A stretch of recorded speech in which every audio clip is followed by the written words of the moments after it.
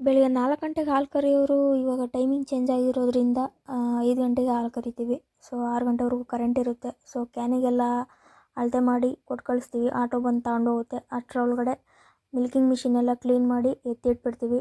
ಸಂಜೆ ಕರೆಂಟ್ ಇರಲ್ಲ, ಕೈಯಲ್ಲೇ ಕರಿತೀವಿ. ಬೆಳಿಗ್ಗೆ ಸಂಜೆ ಬಂದು ಆಟೋನೇ ತಗೊಂಡೋಗುತ್ತೆ ಹಾಲು. ಹಾಗಾಗಿ ಕ್ಯಾನೆಲ್ಲ ಕ್ಲೀನ್ ಮಾಡಿ ಹಾಲು ಹಾಕಿ ಕೊಟ್ಟು ಕಳಿಸ್ತೀವಿ. ನಂತರ ಕೋಳಿಗೆ ಮೇವು ಹಾಕಿ ಹುಲ್ಲು ಕುಯ್ಯಕ್ಕೆ ಹೋಗ್ತೀವಿ. ನೇಪಿಯರು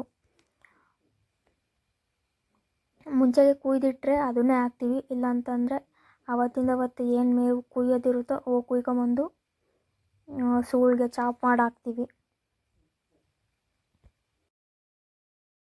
ಮೇವೆಲ್ಲ ಕುಯ್ದಾದ್ಮೇಲೆ ಬಂದು ಶೆಡ್ಡೆಲ್ಲ ಕ್ಲೀನ್ ಮಾಡಿ ಸ್ಕೂಲೆಲ್ಲ ರೆಸ್ಟಲ್ಲಿ ಇರ್ತವೆ. ಬೂಸ ಇಡಬೇಕಲ್ವ, ಅದಕ್ಕೋಸ್ಕರ ಶೆಡ್ಡೆಲ್ಲ ಕ್ಲೀನ್ ಮಾಡಿ ಇಡ್ತೀವಿ.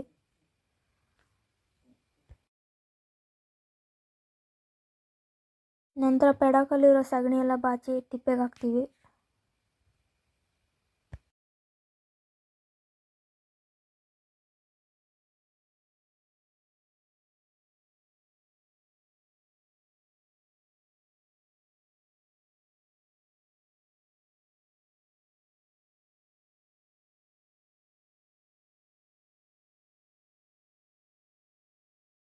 ಹಸುಗಳ್ನೆಲ್ಲ ಗೊಂತಿ ಕಟ್ಟಿ ಯಾವ್ಯಾವ ಹಸುಗಳಿಗೆ ಎಷ್ಟೆಷ್ಟು ಪ್ರಮಾಣದಲ್ಲಿ ಬೂಸ ಇಡಬೇಕು ಅಂತೇಳಿ ನಮ್ಮ ಪಾರ್ಟ್ನರ್ ಗೊತ್ತಿದೆ. ಸೊ ಅವರು ಹಾಕ್ತಾರೆ.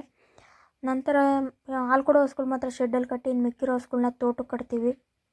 ಹಂಗೋ ಹಿಂಗೋ ಆಡೋ ಅಷ್ಟರಲ್ಲಿ 4 ಗಂಟೆ 5 ಗಂಟೆ ಆಗೋಗುತ್ತೆ. ಮತ್ತೆ ತೋಟದಿಂದ ಹೊಡ್ಕೊಂಬಂದು ಹಾಲು ಕರೆದು 4 ಗಂಟೆ 5 ಗಂಟೆಗೆ ಮತ್ತೆ ಹಾಲು ಆಟೋಗೆ ಕಳಿಸ್ತೀವಿ. ಹಾಲೆಲ್ಲ ಕರೆದಾದ್ಮೇಲೆ ನಮ್ಮ ಹಸುಗಳ್ನೆಲ್ಲ ಪೆಡಾಕಿಗೆ ಬಿಟ್ಬಿಡ್ತೀವಿ. ಆರಾಮಾಗಿ ಮೇಲ್ಕೆ ಹಾಕ್ಕೊಂಡು ನೋಡಿ ಆರಾಮಾಗಿರ್ತವೆ. ಇನ್ನೇನಿದ್ರು ಬೆಳಗ್ಗೆನೇನ ನಮ್ಮ ದಿನಚರಿ ಮತ್ತೆ ಸ್ಟಾರ್ಟ್ ಆಗುತ್ತೆ.